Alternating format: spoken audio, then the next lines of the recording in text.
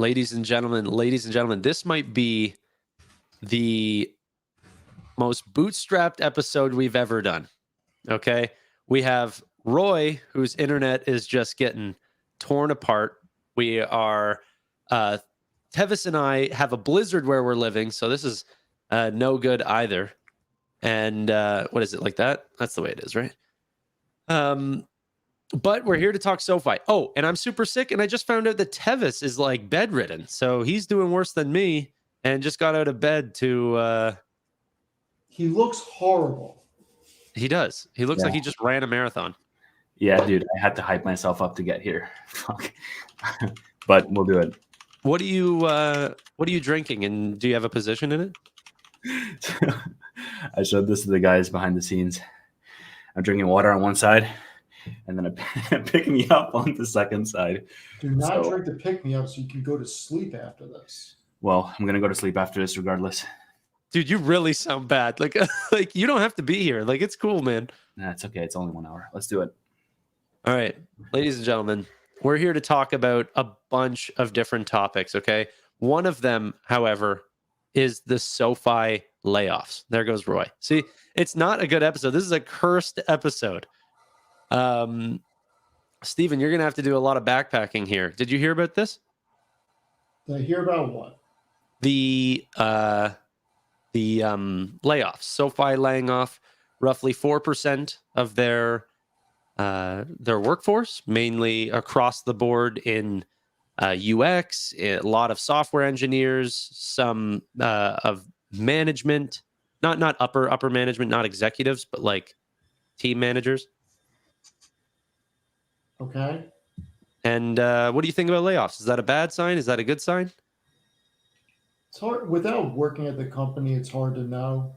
I mean, It's just one of those things. All companies seem like they're going through it. There's been a lot of announcements with layoffs and restructurings, and I'm not worried about it because I trust that Noto knows what he's doing. I mean, it's just one of those things. Like, who are we to judge what they are, how they are? I can't, Tevis. I almost died with that face you just made. He's having a rough day. Keep going. Keep going. Just go to bed. Just go to bed.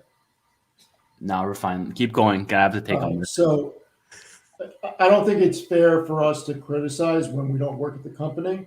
Yeah. And we don't know what the plans on the whiteboard are and what they are looking to do and how they're looking to restructure. So if you believe in the management team, this should not be concerning. Let's see what happens in 2 weeks on the earnings call and what they report, and maybe our story changes. But as of now, it's not a concern, at least for me. Roy, how's the connection, man?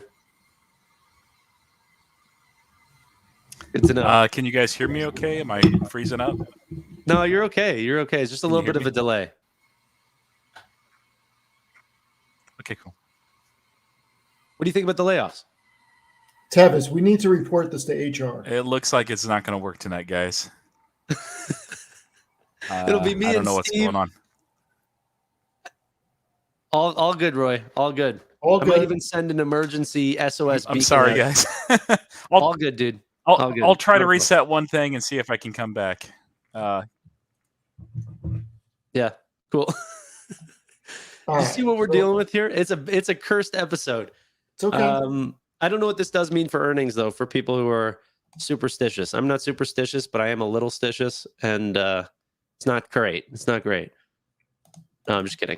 Well, I think the news should be taken in context, and the context was that this week, SoFi was not the only company to lay off. Unity laid off, Spotify laid off, Citi is announcing just gigantic, like 20,000 people that they talked about. Google, there's another one. BlackRock announced 600 layoffs this week. It's January, and management teams looking at their 2024 goals and then readjusting the team that is going to get them there. And the fact of the matter is that no management team on earth will lay off the top 10% of their performing talent. They'll always lay off people that are overpaid for the job that they actually do. So that's point number one. Point number two is that the company is still hiring. So just looking through LinkedIn, there's a lot of people, nearly multiple posts every single day this week, that were making LinkedIn posts how excited they are to start working at SoFi. If you look at their careers page, they're hiring left and right. Yep. And I want to look at the IR statement with you guys because I found it was really interesting. So I'll have it initially here the in a second. rumors, yeah, maybe you can throw it up. Initially the rumors on Tuesday night was that the company was laying off 7% of their staff. It was made as a post on Blind. Yeah. Well, I mean, it's not like you work at the company and got that directly from the executives. But they cleared this up and they said it's closer to 4% of the total headcount. And it's across all departments. B-Dub, stop. And it's across all departments. And they also said that they're still hiring. They reiterated that. And they also said that, Tanner, if you scroll up to the first post, first post, fuck, my brain's not working. Okay, so we plan to continue to grow our team in 2024 and remain committed to continuing to deliver strong GAAP profitability. One of the things that I made in my video this week covering it is, why would they use that verbiage, continuing to deliver strong GAAP profitability, and not, excited to guide for GAAP profitability or something to that effect?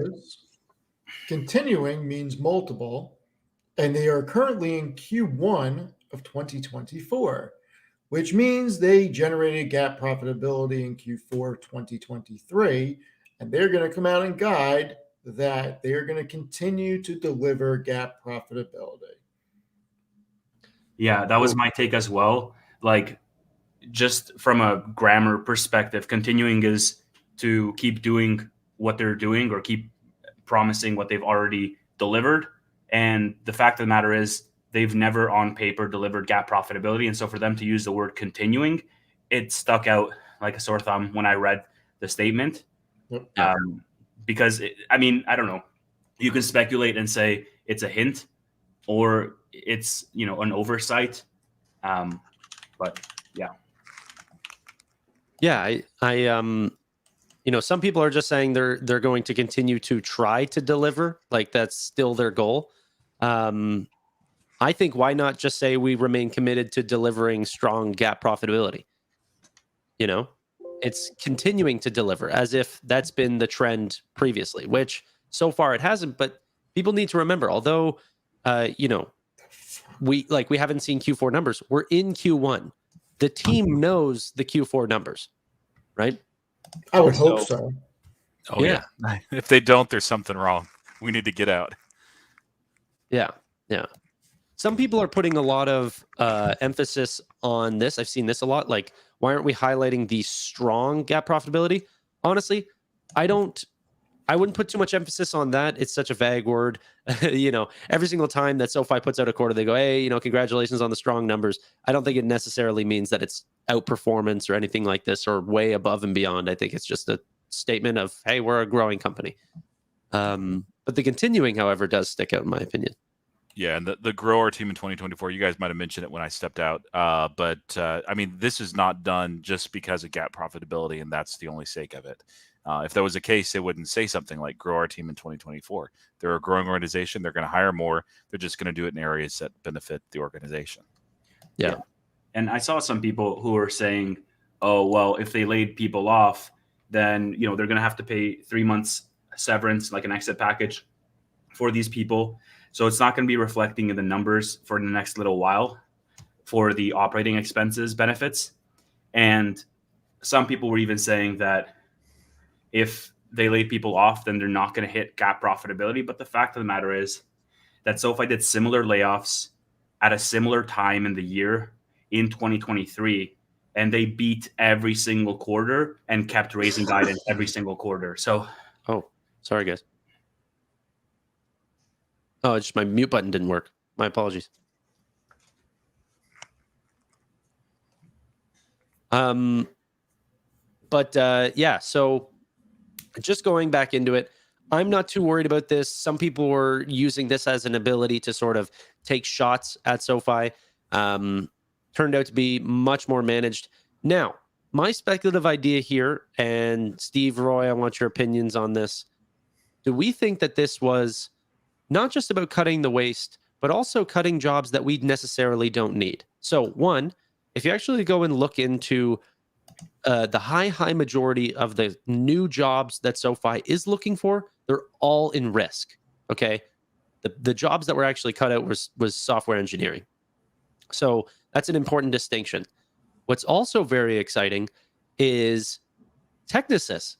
Between the years of 2024 and 2025 are supposed to port over 4 different cores of the business: lending, invest, credit cards, and checking and savings.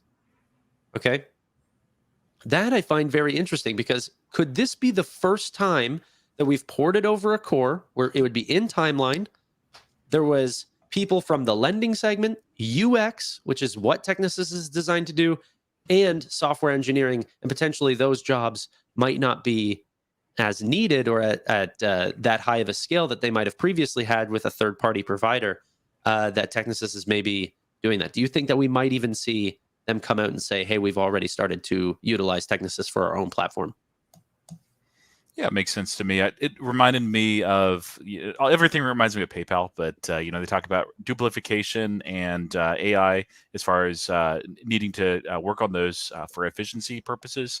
And it just seems like that's what's happening here. Anytime you have a merger and acquisition, if you don't intentionally do this as you're merging together, as you're knitting the two to one, you're just going to have a lot of inefficiency, because you have people doing things in Technisys, people doing things in SoFi that are just redundant. And so this actually, to me, wasn't, it's 4%, so it's not bullish in the standpoint of cost savings.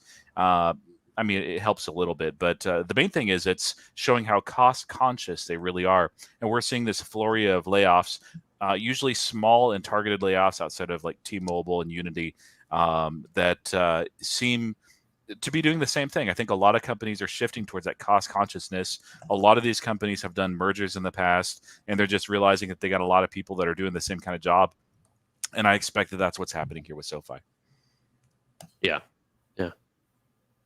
Anything more to add, Tevis, on the layoffs? What do you think? Well, one thing, just going one layer deeper into the layoffs, when you look at, we have a small sample size. And when you look at the actual people who are making the posts, I sort of went into all of their profiles, and I found no clear pattern. You have some people in engineering who have a wide range of tenure at SoFi, as well as a wide range of seniority at SoFi. And then you also have people that are outside of engineering specifically. And so there's 2 conclusions. Number one, it's a very limited data set, so I can't make any speculation as to how they were planning, like how they built the list of people they were going to lay off.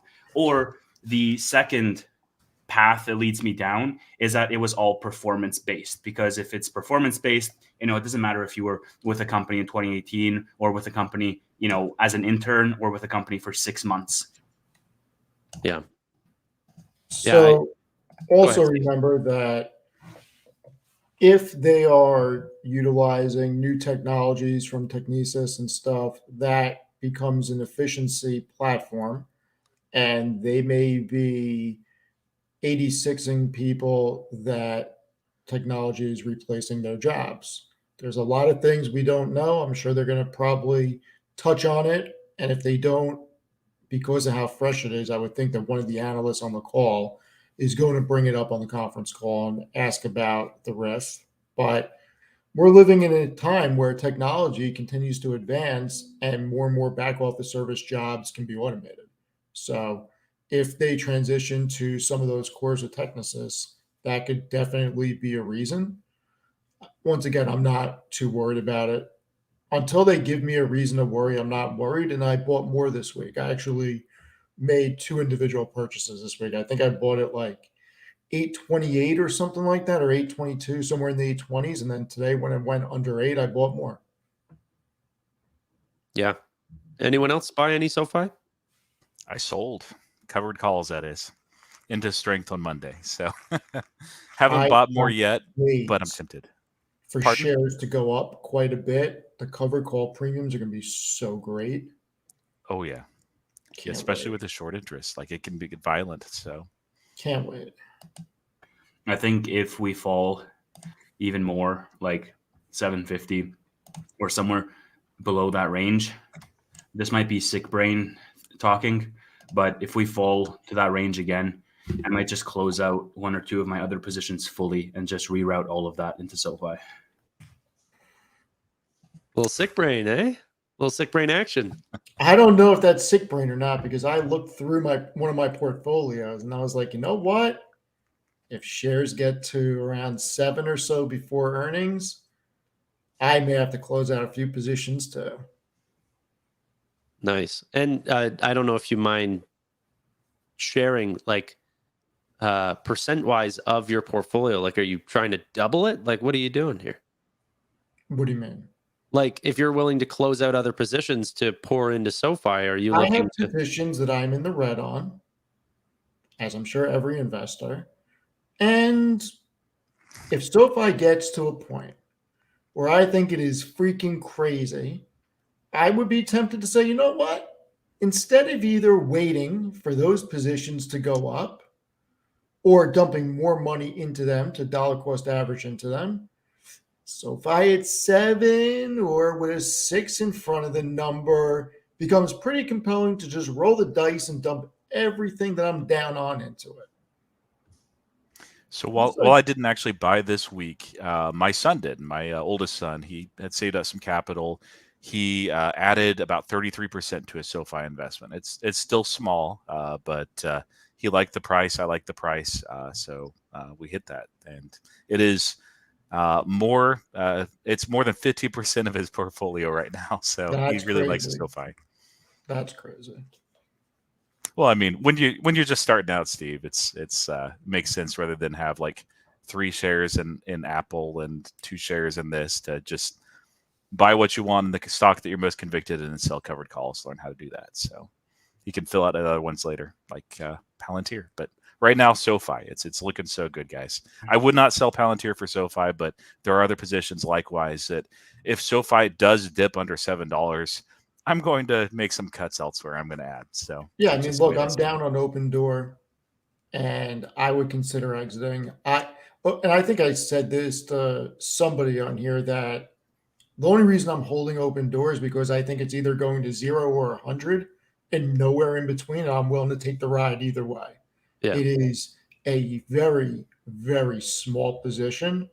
If it goes to 0, I'm not going to feel it. And if it goes to 100, I'll be very happy.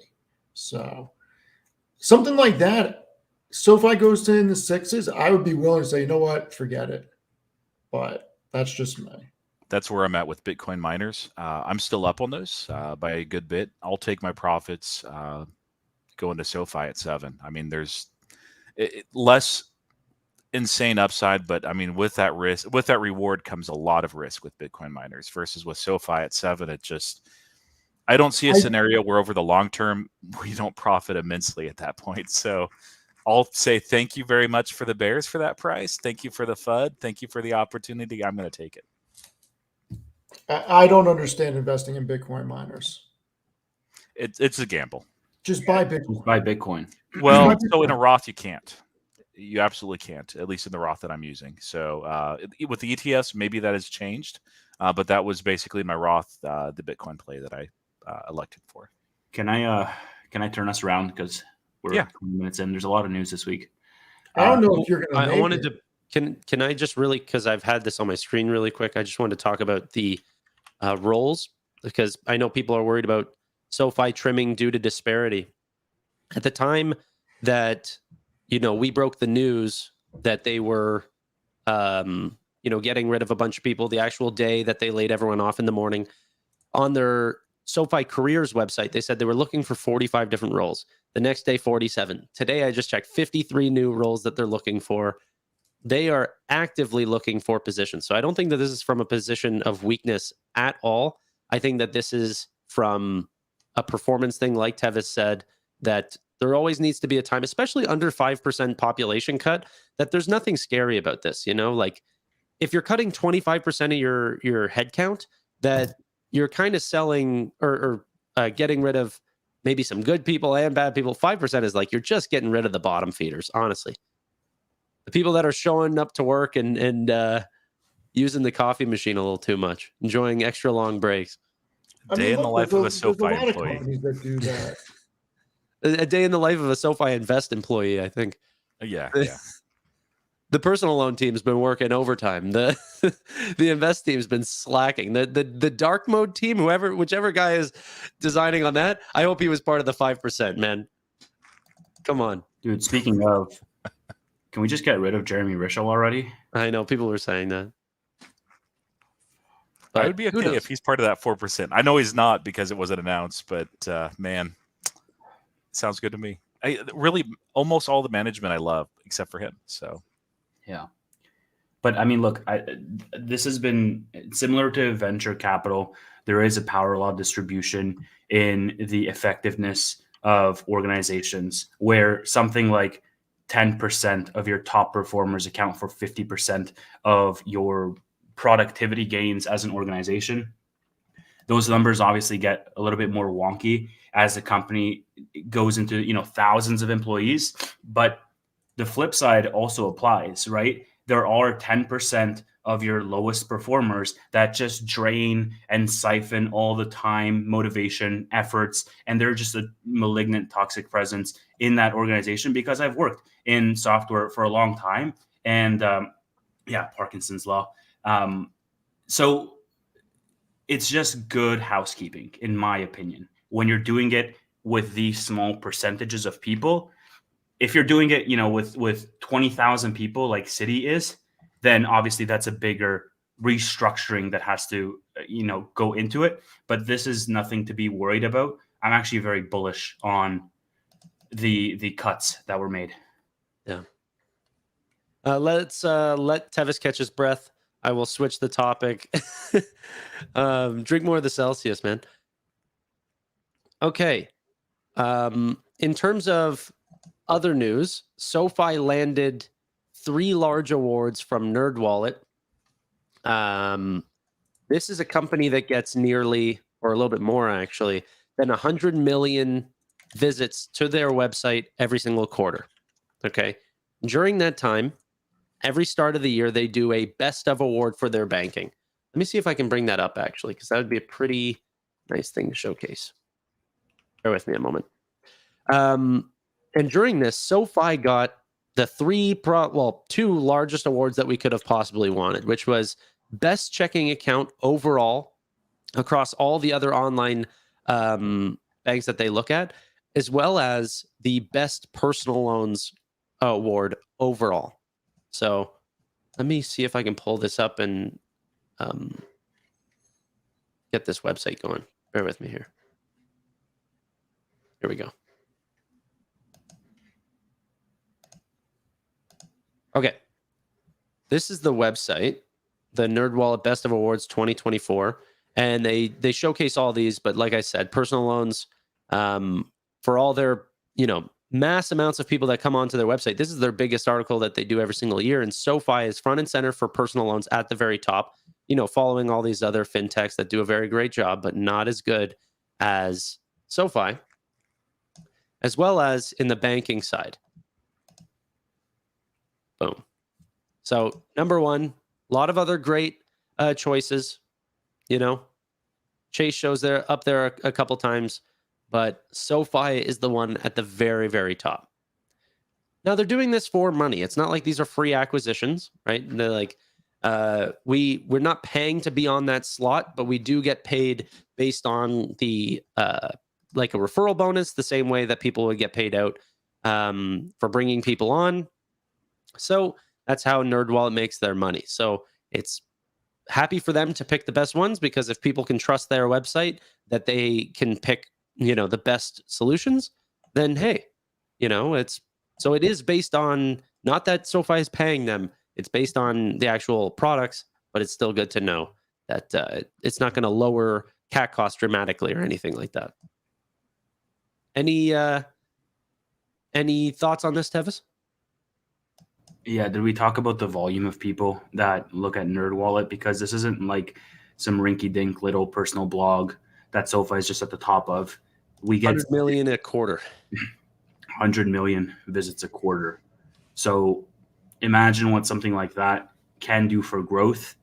I mean, think about yourself. If you want to open a checking account and you just Google, best checking account 2024 or whatever, this thing comes up at the top, and then SoFi comes up at the top of that list. And a lot of people just end their search right there, or at the very least, even if they don't go with SoFi just on the spot right there, it introduces them to the brand.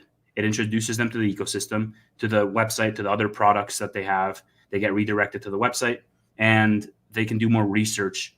SoFi is in the conversation. They're in the game to win all of these people. So it is a big deal in terms of the volume of visitors to that site. Yeah.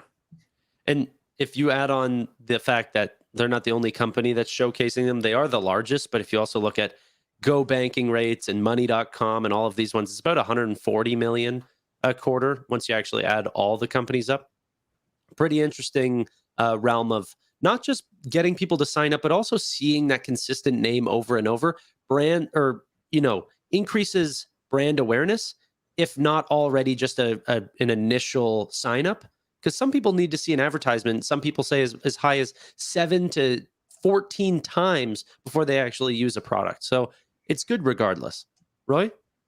No, yeah, I was going to say that's the reason why people choose a bank ultimately is not because they're driving past it on the way to work anymore.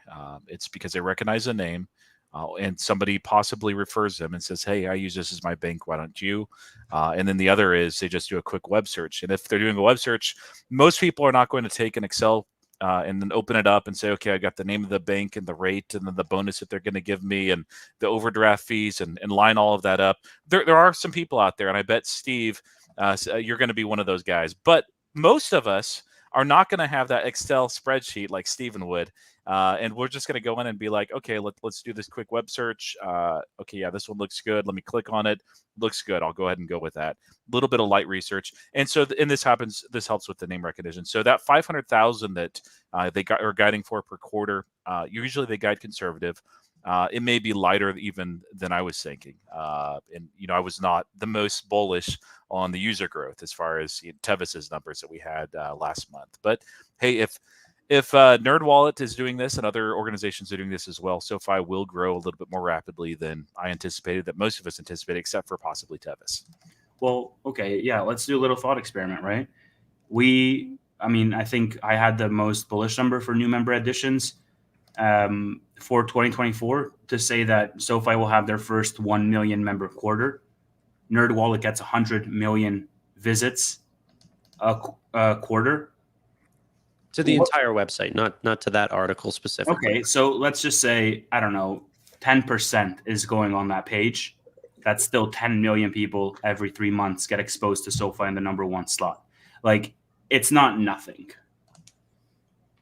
Yeah, I don't know that it's enough to get us to there has to be a lot of factors, like Taylor Swift level factors. We won't rehash that discussion, but it helps. Every little piece helps. It accelerates the growth of SoFi. It pushes back against this idea that SoFi is just an overvalued bank, just a normal bank. Banks do not grow at the rate that SoFi is growing. Most banks don't. Maybe a handful. And of course, we know as SoFi investors, it's more than just a bank. Well, that's the great thing is that there's not going to be Taylor Swift events happening next year, right? There will be large artists and all these things that drive a bunch of attention to SoFi Stadium, and then come early 2025, we'll have 2 stadiums that are bringing in, multiple amounts of traffic. And then if we can keep up these accolades, that SoFi brand recognition is going to come up over and over and over. Yeah, they're not mutually exclusive things. And so what I was doing today was I was looking through the consumer sides of Citibank, Bank of America, JP Morgan, Wells Fargo, and they're all saying the same things. People are using their mobile services more than ever. Okay. Bank of America even went a little bit further. They said nearly 50%, 49% of their sales come directly through digital only platforms. Okay. So nearly 50% of people are comfortable enough to say, hey, we will use these services. I'll sign up for a new credit card. I'll use their invest products. I'll spend online, and I won't need to go into a branch. Well, if that's the case, then don't you feel comfortable enough to accept 3% cash back on a credit card, get 4.6% on a checking and savings account? Like, there's no debate that SoFi will treat you better as a customer. So it's just a matter of not needing the branches and not needing the personal relationships. And I personally think, especially in the younger audiences, they don't right now. Personal relationships is a thing of the past, but there are services that you need a physical branch for. Yeah. I think that this is going to extrapolate over the years as more younger people have banking needs, and they are the ones making the decision of where they are going to bank with. It's one of those things where, unfortunately, I need a bank that has a physical branch. I need a safety deposit box. Sometimes you need cashier's checks. I mean, there are things that you're going to need. But I think SoFi has a long line of growth ahead of them.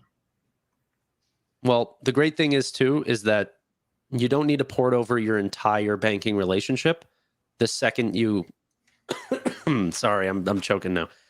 The second that you want to start with SoFi, it's not like you have to make a full commitment, right? No, So but making the commitment for direct deposit's a big commitment. Yeah. And look, when you have your whole life set up with a specific bank, it's very hard to move over.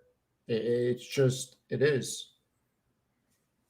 Yeah, that's how they get you. But I'm moving. I'm at Wells Fargo right now. We're going to go with SoFi once we get that new position and set up, being maybe second quarter this year. And for the physical presence, my wife's probably going to be a member of a credit union there that's local, but little side account. But it just doesn't make sense anymore. Wells Fargo just is a horrible bank, frankly. We've been with them many, many years. We've done our mortgage through them. I had a business account set up through them. They were hit or miss sometimes, but we did need the physical bank, and we're past that point now. So they've frustrated me enough that I'm gone. They're not going to keep me no matter what. And I think there's a lot of things that are going to come on the horizon, and the Nerd Wallet thing is huge. A lot of people use them for a lot of different things. The fact that they were ranked that high, they won 3 awards is huge. A lot of people are going to see that. They're going to see the SoFi branding on the website when they go there for other information. I mean, like you guys said, Nerd Wallet is not some little blog, so it's not a personal blog. It's a respected, legitimate site. So that's big. And look, there's levers they can pull. They get into small, medium-sized business lending and business accounts. That's going to be very big. I really do believe that. They get into asset management. Like, there are things that can definitely boost this in the future. Sorry, I keep having these coughing fits. I'm dying over here. Yeah, it was kind of weird listening to JP Morgan and stuff like this. They said they're going to increase their spend on branches and advisors and bankers and all these things. It just seems like the wrong direction. And I think that No, stop. JP Morgan is a different beast. Their clients have different needs. They're going after a completely different aspect of the market. I don't think so. Look at what they reported today. Don't say you don't know. You show me another bank that puts up that amount of net interest income. You show me a bank that has their assets. Completely different. I get that. I'm just saying from a consumer standpoint, I do think that they are benefiting from a lot of large clientele that have a ton of money. But it's like whenever I look at Bank of America, even just as one example, they have 38 million users who are using mobile only. And it's like, what are those people doing? Those are not super clientele. There's regular people that use JP Morgan that definitely do not need the service of a branch. And I would say the high majority of people do not need it. Or there are definite, like you said, niches and products that we need, like guaranteed checks that would be needed. But as time goes on, those problems will get solved. Hold on.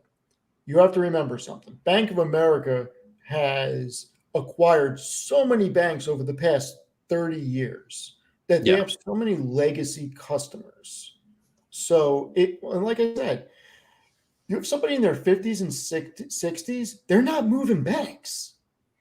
It's just not happening. If SoFi published a study, I would love to see the facts.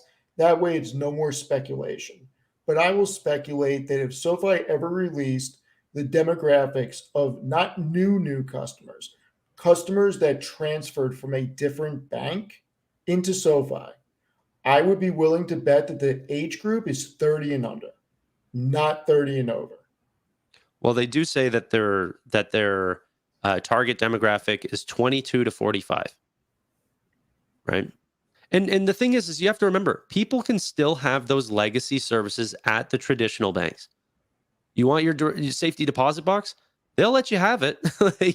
like you're going to pay for it, but you can also have services at SoFi. It's not an exclusive relationship. You can, but look, I am probably a little bit different because I use multiple banks, but some people don't use multiple banks, and JP Morgan Chase is a much different bank. When you go through and you look at the things they do, they're just going after a different crowd. Bank of America has Merrill Lynch. I mean, they acquired so many banks over the years. It's a legacy thing. I mean, it's just I don't think that saying that their services are not going to be needed is not accurate. I don't think that it's fair for me to say that their services won't be needed. I think that as innovation goes, that the things that can be solved only by JP Morgan will slowly start to get solved by technology, and that they will have a way to get you certified checks out to you even through a digital bank. There will be ways to deposit cash to a digital bank. These problems probably have in some way been solved, but they're still clunky, not well known, these sorts of things. Yeah, but Tanner, that's a very optimistic take. I think everybody acknowledges that over time, if you zoom out over decades, there will be like a direction shift. It's not decades. Look what SoFi has done since 2020 to 2023. How many new products that they've put out? Right, but JP Morgan will still be around, and will still be number one 10, 20 years from now. And so I agree with you directionally speaking. I just think that it's going to be over a longer period of time. You know, there's these people that say, oh, Tesla's going to electrify all cars within the next 10 years. And the fact of the matter is that, you know, oil and gas. 0% chance. Exactly. 0% chance. So, because I'll still have an oil and gas. Right. It reminds me of Mark Baum from the zero. So my point is legacy banking is still the same. Like directionally, SoFi every single year might be taking an incrementally bigger chunk out of their pie, but it's going to take a long, long time for SoFi to actually be a real contender in that space against JPM. There will come a time when, you know, on a consumer banking side, or are you talking about all banking? All banking. Like Anthony Noto's whole, like, oh, we want to be a top 10 financial institution. It might take them a decade to get to top 10, let's say. But my take is that it's going to take them just as much time, if not even more time, to climb the ranks of the top 10, just because these big boys are so established, the four names there. And yeah, Wells Fargo, Bank of America, and Citigroup might be bleeding every single quarter, but they're behemoths, man. They take a long, long time to bleed out. And JP Morgan will be the last legacy player standing. It's a matter of when, in my mind, not if, but I'm more bearish in terms of how long that will take for SoFi to actually be a real contender. It's not going to happen as fast as, you know, bullish people think. Same with Tesla and oil and gas, same with SoFi and legacy financial institutions. Yeah, I agree with most of that, if not all of it. And the only way, I'm super bullish on SoFi. The only way they become a top 10 financial institution is replicating the big products that the top 10 financial institutions have. You're not getting to be a top 10 financial institution without having an asset management arm or without doing business accounts. It's just not going to happen. Right. And those things are coming. But it still strikes me as odd where JP Morgan Chase is hiring because I know it will take them a long time to bleed out, that they're going to be here for decades and decades, just because of the factor we talked about, that once you have that established banking relationship, unless something goes really south, or there's some reason, very tangible reason to move and shift, you're just not going to move. And that's exactly what SoFi is doing right now. They're going after younger demographics that don't have a lot of money right now, that are not well into their earning curve. But as that business relationship, as that banking relationship grows and is established, they'll retain a large amount of those. I don't see those shifting away eventually to JP Morgan Chase or Wells Fargo or Bank of America ever. I mean, a small handful perhaps, but really not ever. SoFi has a products that they'll cross sell. And so over many, many years, this is not short term, but over those many years, those young people will inherit wealth. They'll get better jobs, they'll get promotions, they'll build businesses, and they'll be doing that on the SoFi platform, and of course, inviting others to do the same. So it seems like it's not like a super short term view, but it seems like a short term view. Short sighted is the word. What Jamie Dimon and JP Morgan Chase is doing. I know that they're working on a lot of vectors. They're not completely ignoring the digital platform, but it seems like that they're just doubling down on what has worked in the past. And the past is not where the future is going. And so, long term, it's going to hurt them. It's going to help SoFi. They can, of course, pivot. They have a lot of assets, and SoFi won't overtake them next year. I think Bank of America is doing the right thing. They seem to be trying to shift a very large cruise ship in the direction that digital banking is going. The problem is that it's just so freaking big.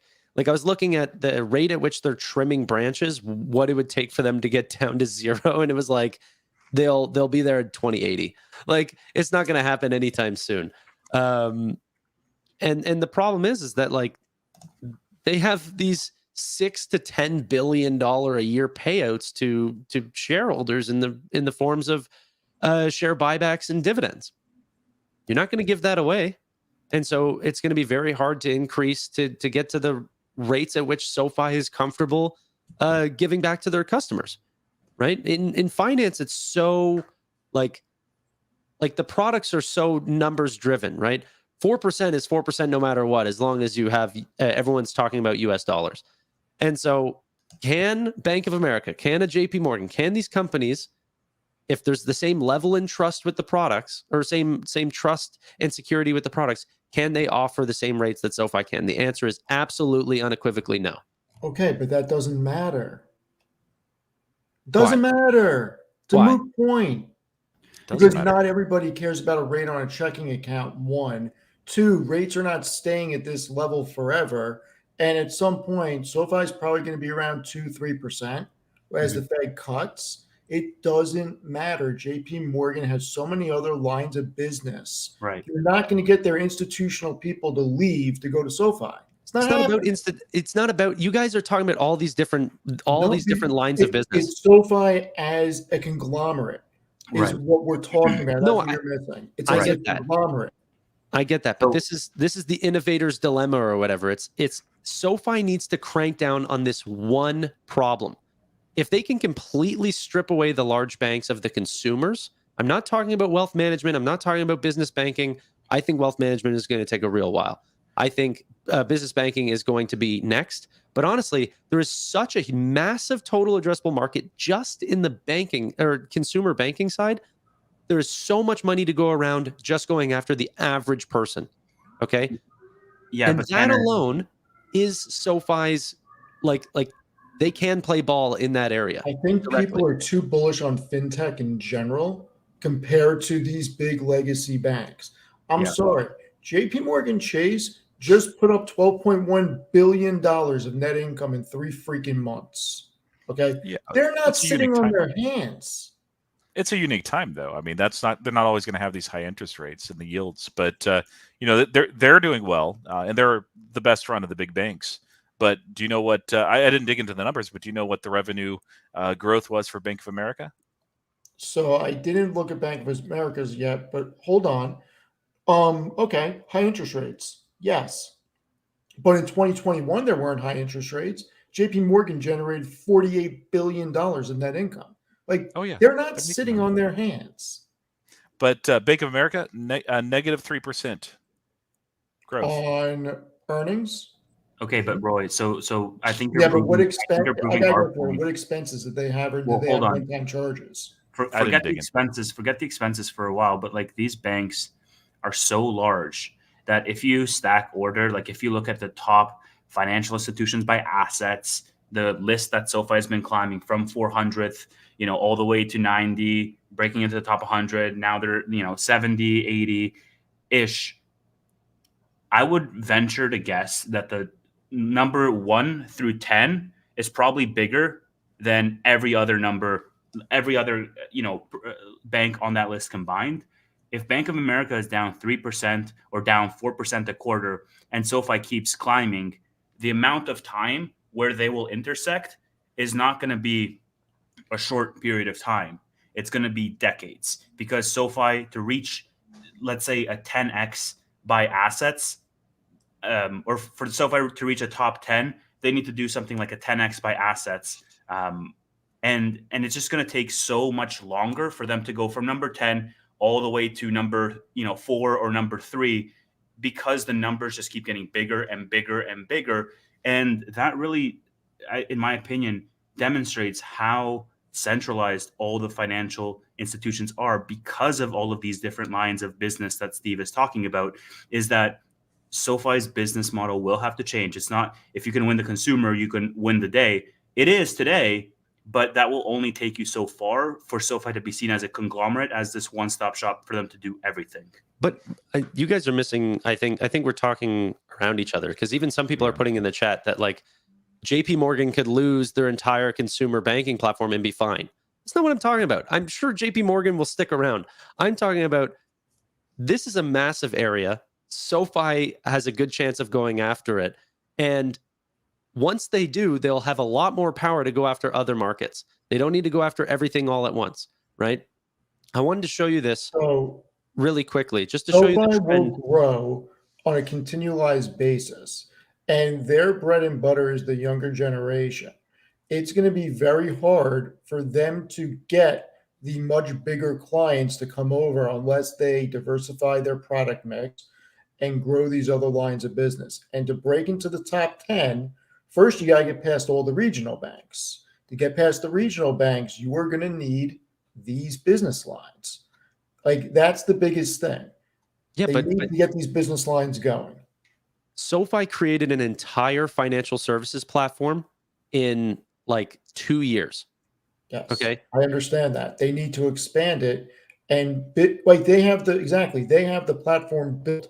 They just need to replicate that for business. Yeah, but they're in an ocean right now with a little net, and you're saying you need to go fish in 2 oceans. It's like, why don't we just focus on this right now? They need to fish in 3 oceans, actually. Yeah, but we can only catch so much right now. It's not true. Absolutely it is. Absolutely You can build a business division and start with small market and then work your way into middle market. I'm sure, but there's no point. Sorry, go ahead. I actually agree with Steve here that they need to start business sooner rather than later, and this is the year, uniquely so. They don't have to start anything else, but no, they can. The one thing is, they're going to be newly GAAP profitable. It takes a while for something new to get established, and so if they started Q1 mass hiring, a lot of advertising, a lot of vectors, that would be dangerous towards the promise of GAAP profitability. So, but then the later half of the year, as it continued to grow, I think they really need to focus on that, if not early next year. I think that's coming. Is rates are still high, which means SoFi can offer a much larger rate. You need to do the business now while you still have a 4 handle on rates, because as rates go down, SoFi is going to have to bring the rates down. And yes, they're going to be ahead of everybody else, but businesses are going to be less likely to switch over if there's not a kicker for it. And that 4 or 5% yield on business cash would be a huge kicker to get people. So yes, they should start immediately. I think if people want 4 or 5% in cash accounts for their business, that's available to them already. Mercury, Brex, there's already companies doing what SoFi would go out and do. It'd be an identical product. I do think that there's an amazing. Brex? Sorry? What is Mercury? What is Brex? Just 2 large fintech competitors for commercial banking. In the U.S.? Yeah, U.S. How big offering, are they? I think Mercury right now is offering 5 point something %. Here, I'll bring them up right now. Yeah, I've never heard of Mercury before. Look, I think that again, I think SoFi. they were one of the largest benefactors of the banking crisis. Whenever that was going down, a bunch of people were leaving First Republic and going to Mercury. Just to add to this, even if every year SoFi has a different focus, or for them to stand up a different line of business, they have to first gain a foothold into their core bread and butter. And even if every year going forward, they stand up a new line of business, it'll still take them many years to have all of the offerings that a diversified legacy financial institution has. Yeah, I don't think anyone's arguing against that. My main point is, the vector of these, they're getting young earners that they'll have established a business relationship with. And as that relationship grows, the wealth of those people grow through inheritance and through earnings versus the older established folks. At some point, they go into retirement and, most people, not all, but most people tend to spend more money than they actually earn. And so they're actually slowly losing assets over time. And then, they have clients that end up passing away. And that wealth goes to somebody that's younger. And there's a large, through 2045, there's a large amount of wealth that's going to shift towards millennials and Generation X. Generation X maybe wants a physical bank presence, maybe not.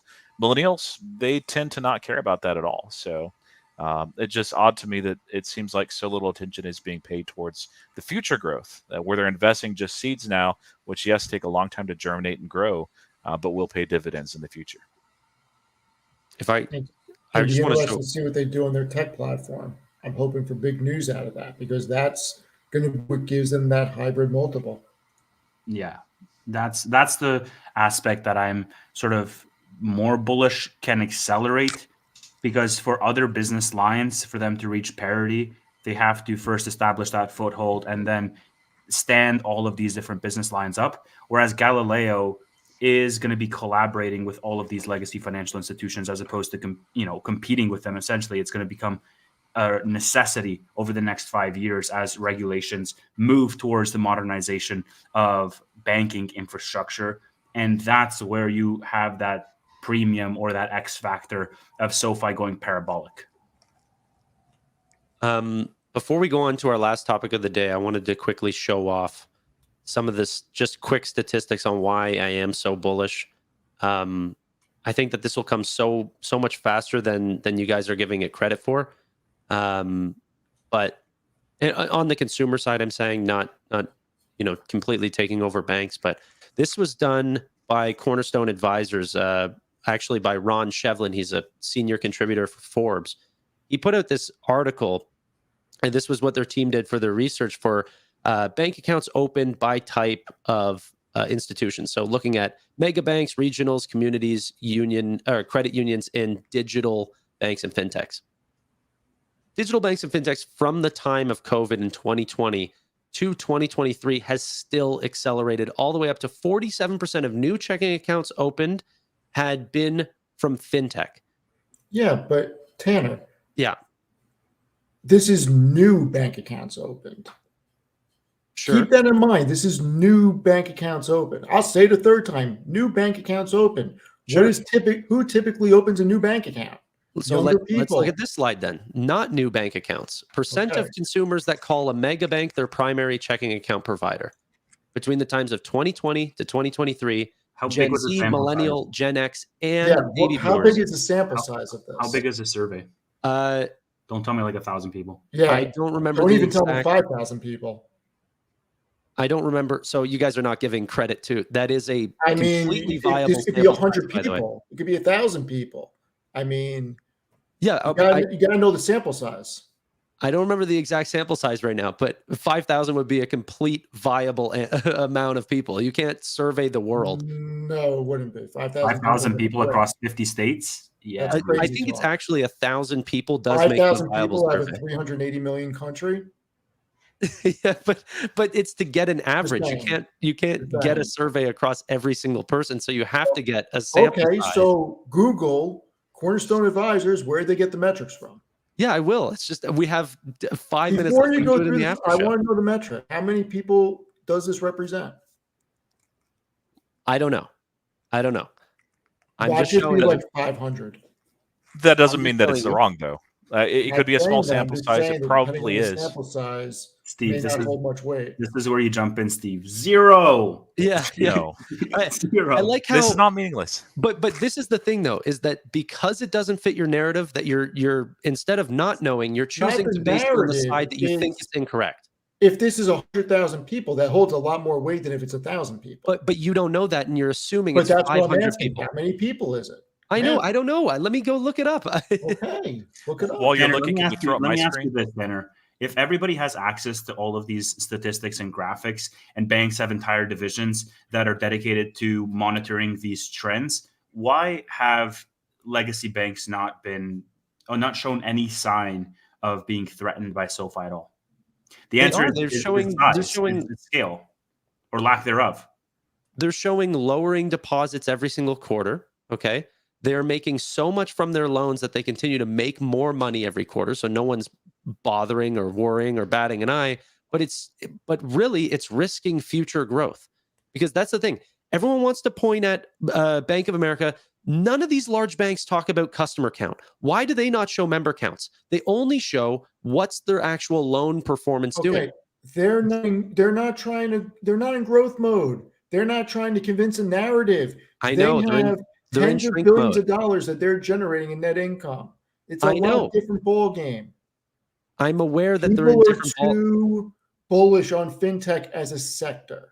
Dude, I am not at all. There's a time when things go completely digital. Banking will go completely digital. There's When? 0 point to have cash in your pocket to get stolen from somebody else. Side bet. Sure, but like when, Tanner? Like, what is your rough, When? I Within the don't next know, 2 like decades. Give me 15 like, years. I'll give you a 5-year spread plus minus. Like, what do you think? Like 15 years out. 15 years. Can you show my graphic? This Yeah. will show. This is the this is back in 2021, the Great Wealth Transfer, and so it's showing present wealth of current generations. This is 2021, so it shifted a little bit. You can see that huge spike with baby boomers being $71 trillion from the United States, and you can see where that shifts over 2045. That baby boomers they're just not around anymore. It's not that they lost their money, and that goes primarily to Generation X, millennials, and of course Gen Z and younger. These generations care much less about the physical presence. Some will need that. There's going to be a physical bank, for the next 100 years or whatever. But banks will be primarily digital as these generations continue to grow. They become more wealthy, and they get their banking needs met by something that's a little bit savvier, that has that name that they recognize, it has that app that works well for them. They do not want to go into a physical bank. I have 2 sons that are in that new working age. One's a college student, one's working. They never want to go into a physical bank ever, and will do anything they possibly can to avoid it. Most of my coworkers are millennials. There's even some Gen Z folks. They do not want to go into a physical bank ever. They talk about it just being an awful experience. They don't like standing in line. They don't care that there's free coffee and donuts or whatever. They don't care that there's someone to meet with. They view that as just a major thing that they don't want to do. And so over these next 20 years, we're going to see a point when digital banking becomes not just a niche thing, but becomes the norm. And I think it'll happen. I think 15 years might actually be a little bit later than when that 50% threshold gets hit. So let me put it like this, Roy. And I totally agree with you that we are going to have a gigantic wealth transfer. And what's going to happen is those boomers are going to pass on all of their wealth to millennials, and then we get to Gen X, and then we get to millennials after that. Right now, I mean, boomers are between the ages on average of 60 and 80, and Gen X is between 45 and 59. In 15 years, both of these cohorts will still very strongly be around. That wealth will not have shifted as much as you think it has. But in 30 years or 40 years, it will have been placed in the hands of all of these millennials through inheritances. And then you're going to see more of that shift. That's all I'm saying. But this is half of the story. And again, this isn't looking at the earnings curve. That baby boomers, they're not earning anymore. There's very few that are actually earning. Silent generation, not at all. Generation X, they are at the peak of their earnings curve right now. Millennials and Gen Z, they're establishing new careers, they're starting new businesses.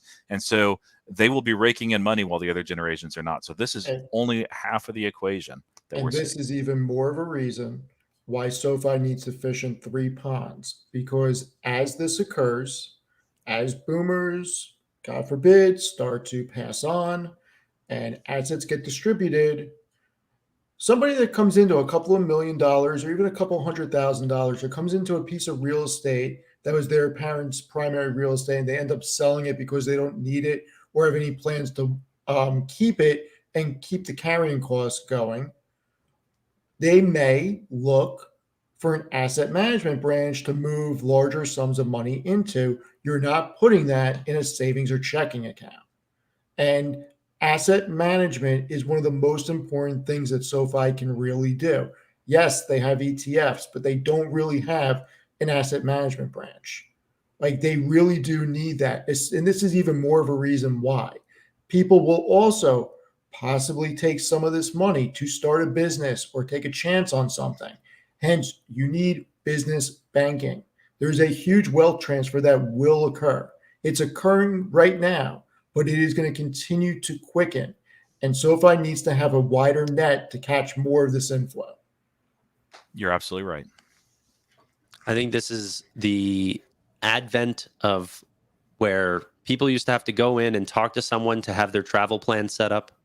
Yes, those places still exist, but it is damn well good on Expedia. You know? Yeah, but It nobody's saying that perfectly that's fine. not going to be the case. Like, SoFi doesn't have to open up a branch to win.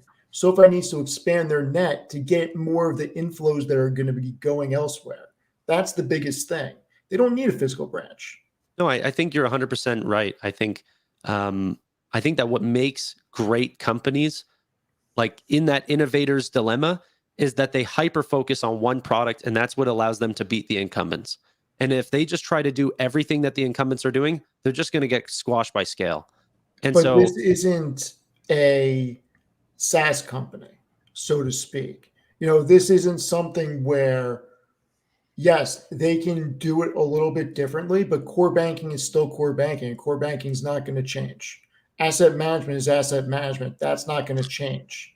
I mean, look, you're still going to have a need for a checking account, a savings account, and an investment account, and ETFs and mutual funds for the next 100 years. Like, that is not going to change. How they get delivered, how people access them, that can certainly change. But the core thesis around banking is not going to change. And SoFi needs to be able to grab all that stuff. Yeah, I agree with that entirely. Somebody asked Steve whether he was Gen X, and actually Steve makes the cut. He's millennial along with the rest of us on this call, except for Tanner, who's Gen Z. I am Gen Z. Yeah. What is the dates for millennial? I 20, don't know what I am. In 2024, it's 28 to 43. I am millennial. You made the cut. Yeah, it's I'm at the very first year for Gen Z, which is 97. Yeah, fun stuff. I think I that's am not a good place 43. to end, or do we want to spend 5 on the short interest as well? I got 5 minutes if you can stay awake. We want to do it on the after call? He's not making an after call. Come on. Hmm? I'll The do a three quick of us after can. call. I'll do a quick after call. That's fine. All right, I need some M&Ms. And you go get your M&Ms.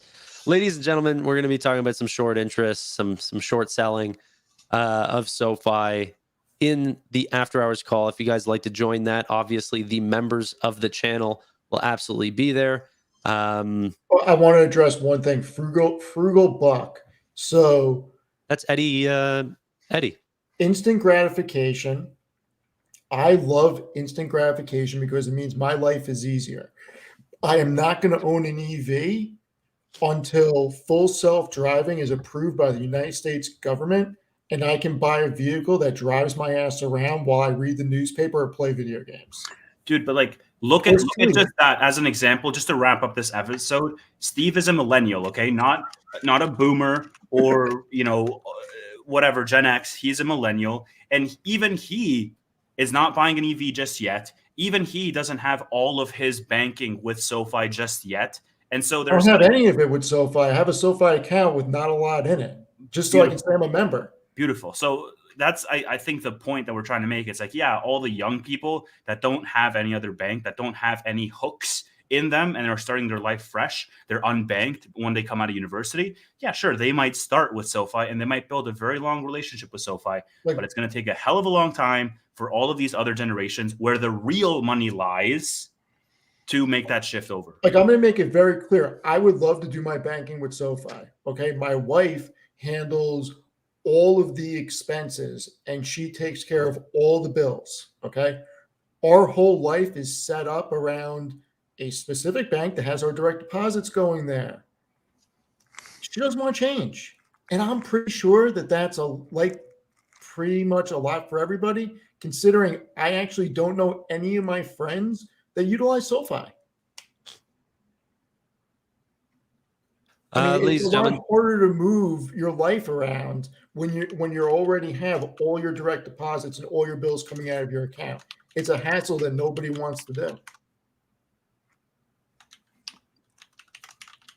let's go on to the call because I want to talk about this 15-year thing. Okay. If you guys want to join, though, it's just if you've already subscribed, there should be a join button underneath the channel. You can click that to join, or I don't know if Tevis has it in his link in his description, but I do. So if you guys just click there, you'll go. Anyway, thank you all so much for watching. To the members, you'll see the video come out tomorrow. Bye for now. Thank you. Where's the link? What are you doing?